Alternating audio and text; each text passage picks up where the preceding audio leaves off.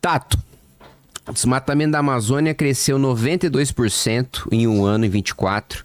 Primeiro semestre de 25, o desmatamento da Amazônia aumentou 27%. Degradação do bioma comparado 22 para 24 cresceu 163%. O Brasil terminou em agosto de 24 com o pior número de queimadas em 14 anos, com mais de 200 mil ocorrências. Tem 68 mil focos, que é o quinto maior da série histórica. E o fogo destruiu o equivalente a 16 milhões de campos de futebol. Mata Atlântica, a gente teve aí a Bahia, governada pelo PT, vice-campeã de desmatamento, 5.700 hectares. No Pantanal, em 2024, 3 mil focos de incêndio. Comparação aos dois piores anos até então, 2005, coincidentemente também o governo petista, e 2020, 406.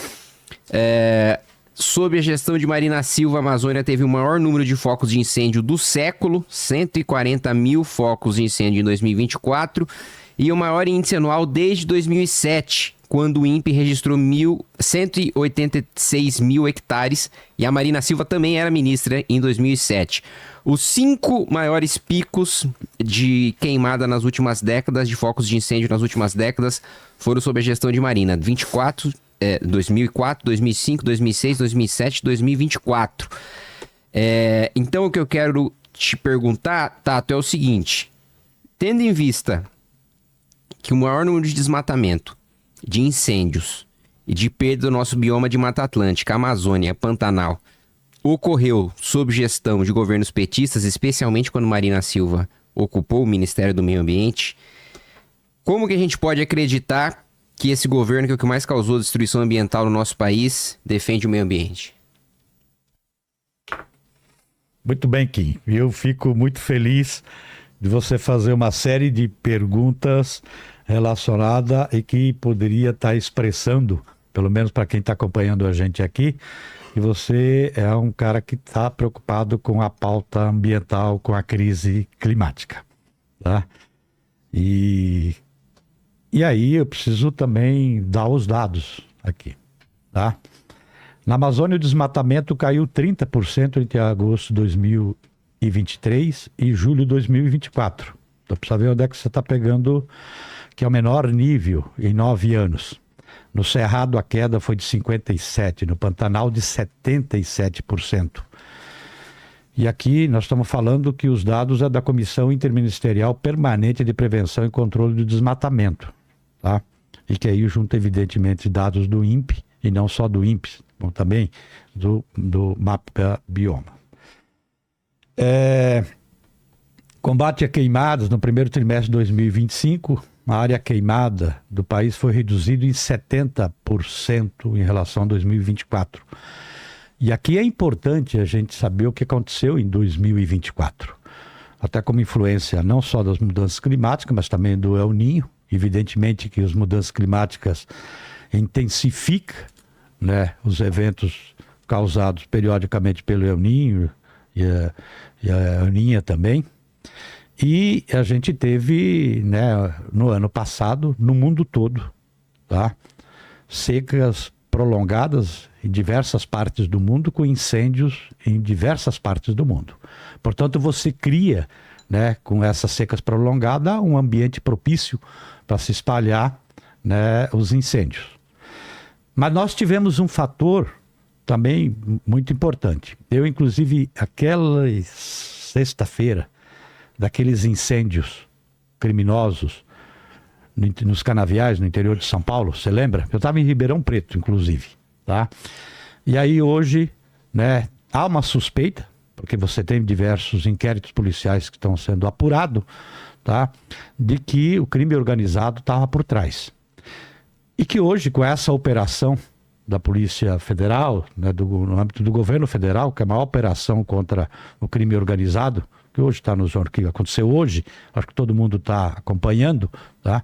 Mostra claramente que o crime organizado comprou usinas, canaviais, fazenda, tá?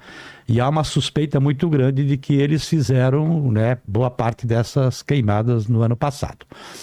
Mas também me preocupa aqui, Kim, me preocupa não, eu fico feliz quando você fala da preocupação com relação à Mata Atlântica. Então, antes de ter a lei da Mata Atlântica, eram desmatados cerca de 110 mil hectares por ano, em todo o bioma da Mata Atlântica. Com a lei da Mata Atlântica, a média caiu para 15 mil hectares por ano. E aí agora, no projeto do licenciamento ambiental, inclusive você foi relator na Câmara, tá?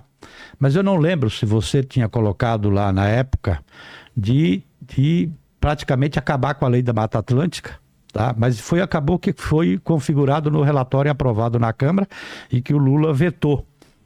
O Lula vetou e agora você acaba de colocar novamente a emenda, né, para praticamente acabar com a lei da Mata Atlântica.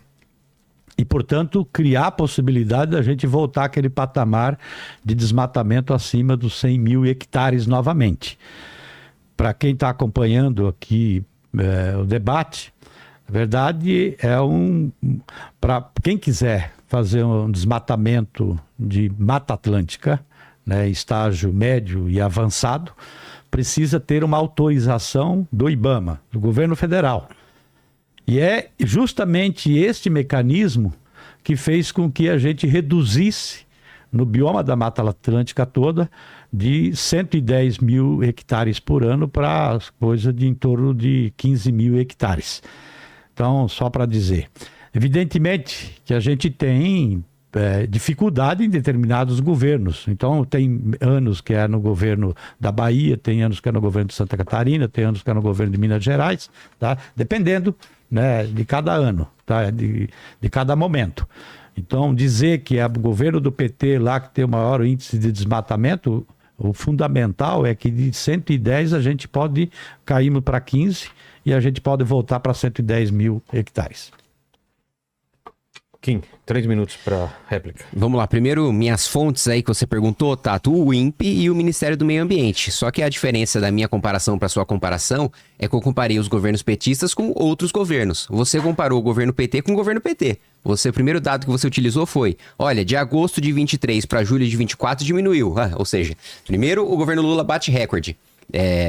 Em 2023, em agosto de 23. Aí depois ele reduz um pouquinho o próprio recorde em julho de 24.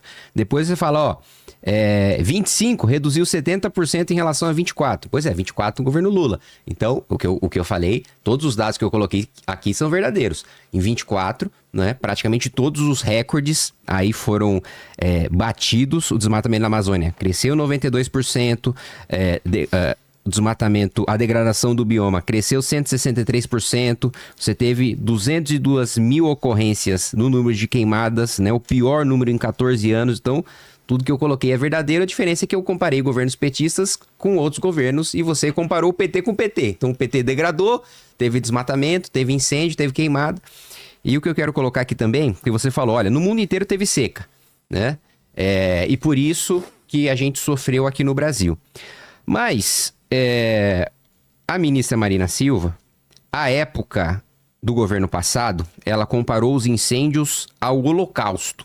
Que o primeiro eu já acho uma comparação muito infeliz, que você não compara, né, o maior genocídio da história da humanidade em escala industrial com qualquer outra coisa.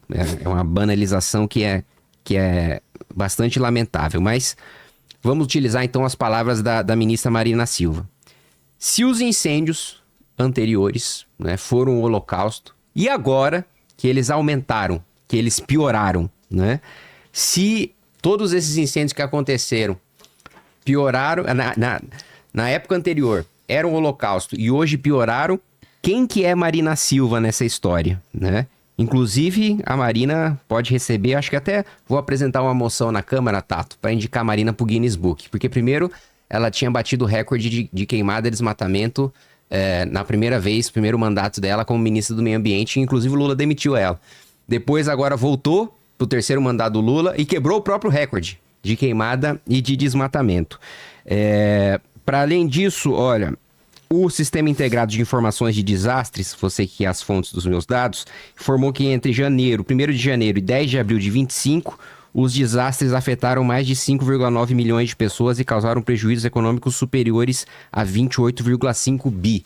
E o outro ponto, antes que você tire qualquer responsabilidade do governo federal, os próprios servidores do Ministério do Meio Ambiente entraram na maior greve da história em Lula 3 por causa do sucateamento do IBAMA, do ICMBio, do Ministério do Meio Ambiente e das estruturas de fiscalização e controle de meio ambiente. Então, essa foi a réplica dele. Agora você tem 3 minutos para fazer a pergunta dele, mas como são 3 minutos, pode comentar o que ele falou e deixa a pergunta para o final. São 3 minutos, tá, Tato? Tá bom. Tá, o primeiro que eu acho que você faz comparação com um histórico maior. Se a gente for pegar o desmatamento da Amazônia do governo do presidente Lula, liderada na área ambiental pela Marina Silva, a diminuição do desmatamento chega a 60%. De que período a que período? Eu estou falando de 2022 para agora, tá? Tanto é que o Fundo Amazônia voltou. E o Fundo Amazônia são os países que se comprometem a contribuir, tá? Países e empresas, quando o Brasil demonstra que o Brasil está diminuindo as emissões de gases de efeito estufa relacionado ao desmatamento. Então, se você buscar os dados, mostra claramente que do governo passado para esse governo, diminuiu o desmatamento na Amazônia, diminuiu no Cerrado e na Mata Atlântica, em todos os biomas. Tá? Então isso eu acho que é importante você pegar esses dados a partir daí. Porque se você pega desmatamento, que o controle que fazia anteriormente, inclusive nos governos do PT, e por isso que foi criado, né, o Fundo Amazônia, tá? Porque era um crédito que estava se dando para o Brasil, pelo esforço que estava fazendo. Então você está pegando dados também que te interessa. A outra coisa, quando o governo do PT saiu, lá atrás, depois do golpe, que você ajudou inclusive a dar, tá? Por uma razão que depois ficou que disse que não tinha sentido nenhum, da tal da pedalada, tá? Nós tínhamos 2.600 fiscais no IBAMA. Diminuiu em 60%. E agora que está recontratando os fiscais. Agora que está colocando pré-fogo, né? Tudo se reestruturando, tá? E é engraçado você fazer essa pergunta para você, pelo aquilo que eu conheço, eu respeito essas ideias. Você, quanto menos Estado, melhor. Mas para fazer fiscalização precisa aumentar a capacidade do Estado. E é aí que eu quero entrar, já perguntar para você, tá? Por que você, por exemplo, trabalhou para simplesmente acabar com todo o processo de licenciamento ambiental? Sabendo que a gente tinha, né, antes da existência do licenciamento ambiental, aquilo que era a realidade, que não é da sua época, mas dá para você buscar a pesquisa, tá? O que a gente tinha lá como Vale da Morte, por exemplo, em Cubatão. Ou para a época que eu vim morar aqui em São Paulo, era muito comum aquelas chaminés das indústrias aqui em São Paulo, tá? Fumaça preta, né? Fumaça preta, enfim, né? Eu só estou falando assim para as pessoas, para os mais velhos vão lembrar do que era antes. E depois com o licenciamento ambiental, isso foi criando. Cubatão chegou a ser a cidade mais poluída do mundo, não é? Sim, tá? Então, crianças nascendo sem cérebro e assim por diante, tá? Então, eu queria, na verdade, até para a gente entrar aqui, que é a razão do debate da gente aqui, do porquê que você é contra ter licenciamento ambiental. Bom, vamos lá. Primeiro ponto, Tato, não é verdade que de 22 para 24 teve uma redução de 60% no desmatamento da Amazônia, tá? Seus dados estão errados, não sei, acho que você que agora tem que dizer a fonte, porque eu falei do INPE e do Ministério do Meio Ambiente, de 22 para 24 não teve melhora não. Pode qualquer um que esteja assistindo aí pode dar um Google agora e chegar à conclusão. A degradação, inclusive, repito, chegou a 163%. Preciso também fazer uma nota aqui sobre você falou do golpe que eu contribuí primeiro, né? Não sei se você sabe o que é uma pedalada fiscal, tá? Se precisar, eu explico aqui que um governo ele não pode tomar empréstimo do banco que ele próprio comanda e depois dar calote no banco que ele comanda para maquiar a conta pública e depois ter a pior crise da história do país. Com a pior recessão que a gente teve foi o governo Dilma II, pior do que a pandemia. A pandemia global não conseguiu destruir a nossa economia como Dilma conseguiu, sem falar no petrolão, que a gente sabe que foi a ditadura da propina instaurada por governos petistas. Então a razão do impeachment foi muito justa e não teve nenhum golpe. Sobre outro ponto de agora nós estamos reestruturando o Ministério do Meio Ambiente, não é o que o orçamento da União diz, né? A gente teve cortes, que inclusive esses cortes que estão sendo criticados pelos servidores que fizeram dessa greve, que é a maior greve da história de órgãos ambientais, um corte de 700 milhões de reais para o meio ambiente em 2024. No caso do IBAMA, o recurso para prevenção e combate a incêndio caiu 144 milhões em 23 para 106 milhões em 24. Então, o que os dados mostram não é reestruturação de órgão ambiental, coisa nenhuma.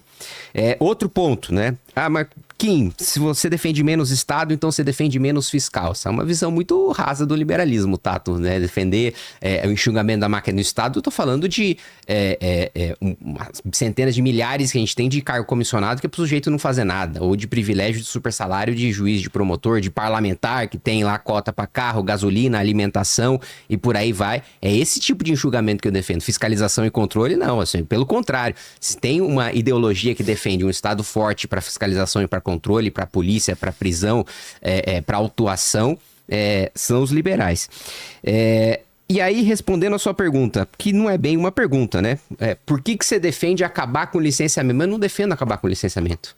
Em nenhum momento eu defendi acabar com o licenciamento. Pelo contrário, eu fui relator da legislação que institui uma lei geral de licenciamento. Hoje não existe lei geral de licenciamento. Quer dizer, não existia até a gente aprovar a lei geral de licenciamento ambiental. A gente tinha, pelo contrário, mais de 27 mil normas nos municípios, dos estados e do governo federal, o que gera uma insegurança jurídica gigantesca, né? Como é que eu explico, né, antes da gente aprovar a lei geral, para o investidor que, vamos supor que eu tenho um investidor estrangeiro, e eu vou falar para o sujeito o seguinte: olha, se você quer fazer uma rodovia no Brasil, você pode ser preso. E aí esse cara vai chegar e vai falar: ué, como assim eu posso ser preso? Você vai pagar propina para alguém? Eu tô fazendo alguma coisa de errado? Fala: não, você pode ser preso por cumprir a lei, porque você pode fazer tudo que o IBAMA mandar. Aí, se o IFAM discordar, você pode ser preso. Se a Palmares discordar, você pode ser preso. Se a FUNAI discordar, você pode ser preso. Se o Ministério Público discordar do IBAMA, de todos os órgãos intervenientes, você pode ser preso. Se o Tribunal de Contas discordar de todos esses órgãos, você pode ser preso. No mundo inteiro, o licenciamento tem um balcão único. E é justamente isso que a gente institui na Lei Geral do Licenciamento Ambiental. A gente também institui prazos, porque é inaceitável você demorar 10 anos para sair o licenciamento de pavimentação de uma estrada que já foi pavimentada, que é 319. Então a gente condena, né, moradores da região norte do país a morrerem por falta de comida, de medicamento. Uma viagem que deveria demorar 12 horas demora 5 dias, porque não sai uma licença ambiental por incompetência do poder público e por falta de uma lei geral. Então, pelo contrário, não defendo acabar com o licenciamento. Eu defendo que a gente tenha, sim, uma simplificação dos licenciamentos de menor complexidade, uma desburocratização, justamente para a gente focar as ações de fiscalização e controle nos grandes empreendimentos que causam grandes impactos. Não faz sentido, como algumas vezes presidindo a audiência pública no grupo de trabalho do licenciamento eu escutei, você defender que precisa de estudo ambiental para tapar buraco de rua, para fazer operação de recapeamento. Isso assim, não tem o menor sentido. Já está instalada a rodovia. Já tem um estudo de impacto quando ela foi colocada. Aí tem um buraco nela, precisa apresentar um novo estudo para tapar o buraco. Isso sim, isso é absolutamente irracional. Ou defender que eu faça um processo de licenciamento complexo para um empreendimento que eu já sei quais todos os impactos que ele ocasiona, que não é de grande impacto ambiental, que não é de grande porte, e aí eu fico gastando energia de servidor com empreendimentos de menor impacto, enquanto grandes barragens podem causar desastres ambientais e eu não tenho servidor para fazer a fiscalização porque ele está ocupado com burocracias menores. Então, não defendo o fim de licenciamento. Pelo contrário, o fortalecimento de licenciamento foi exatamente o que a gente fez no nosso relatório. Kim, primeiro dizer para você o seguinte, que a pedalada fiscal, para meu ponto de vista, não é o seu ponto de vista, a pedalada fiscal para você é mais importante do que, por exemplo, acabar com a fome no país. E nós recebemos esse título da ONU em 2014. A fome voltou e este ano a gente voltou a receber o título de ter acabado com a fome. Então aí são visões diferentes. É importante a gente dizer aqui para você, todo mundo aqui tem na memória o que o governo que você apoiou e elegeu no passado, tá? Qual governo que eu apoiei? Do Bolsonaro. Você também estava... Né? Eu elegi o Bolsonaro. Sim, você trabalhou para ele. Trabalhei pro Bolsonaro, pô. Vocês têm a imagem do que era na terra Yanomami. Todo mundo tem. E no sul, no Tapajós, aquelas operações dos Yanomami, né? Quem que é que está enfrentando o garimpo lá? Só para você ter uma imagem do que é que o governo já fez. Você fala e usou muito no debate do licenciamento de 27 mil normas. Desde o primeiro debate que a gente teve isso lá dentro da Câmara, você nunca demonstrou aonde estão essas 27 mil normas. E nós já pedimos isso várias vezes. Então, para quem está acompanhando aqui, de repente tem uma legislação num determinado município, tá? Uma norma num determinado município. No outro tem a mesma norma. Então, eu estou imaginando que você somou as mesmas normas nos 5.000 e tantos municípios do país para poder fazer essa conta. Mas é a mesma norma que tem lá no município, ou a mesma norma que tem em determinados estados. E aí é muito ruim usar esses argumentos no debate para tentar, né, persuadir as pessoas daquilo que você quer estar falando. Você, por exemplo, trabalhou para que os projetos da agropecuária, os empreendimentos da agropecuária não tenham licenciamento ambiental.